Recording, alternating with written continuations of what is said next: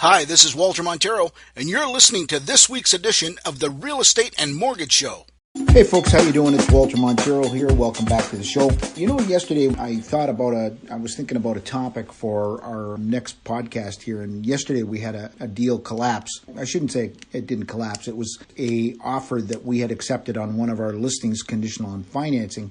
And we were representing the seller, and then another agent was representing the buyer. They ended up calling us and letting us know that they're not going to be waiving condition because the buyer ended up not qualifying for the financing, which led me to believe, or I should say, which led me to think that this would probably be a good topic for us to talk about today, and which basically involves the steps involved in preparing yourself to buy a property. Being duly licensed as a real estate agent and a mortgage agent, we're always very sensitive to the financing end of things before we start working with a buyer, so we really like to get a good handle on their financial capacity. And I think this should be a lesson to every buyer and realtor, for that matter, how important the first step is in preparation to buy a home, and that is to get your financial house in order. And that typically requires meeting with a mortgage agent. If you sit down and meet with a mortgage agent, you can go through all of the steps involved in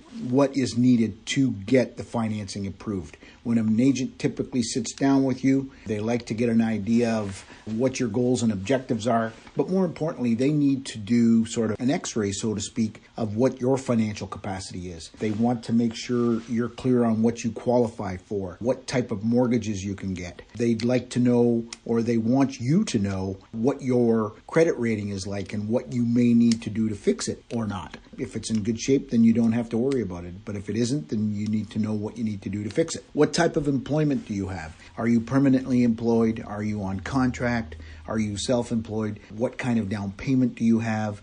Do you have enough set aside for your closing costs? They'll go over all of those things with you, because that way you won't waste any time going out looking at properties which at the end of the day you won't be able to buy if you don't have your financial house in order.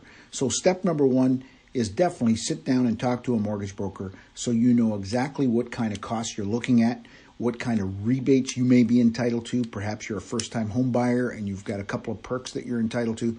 Do all that before you start going house hunting, and then that way you'll save yourself and a lot of people a whole lot of time and heartache. Thanks again for listening to this week's episode of the Real Estate and Mortgage Show. If you have any real estate questions, please direct them to me at 519-624-9222 or walter@maximumresults.ca, or you can find me online at www.cambridgehouses.com. If your interests are in mortgages, please feel free to call 519-624-9222 or email Karen@maximumresults.ca, or you can find her online at www.m as in Mary, R as in Roger, financial.ca. Thanks again for listening, and I hope you have a great week.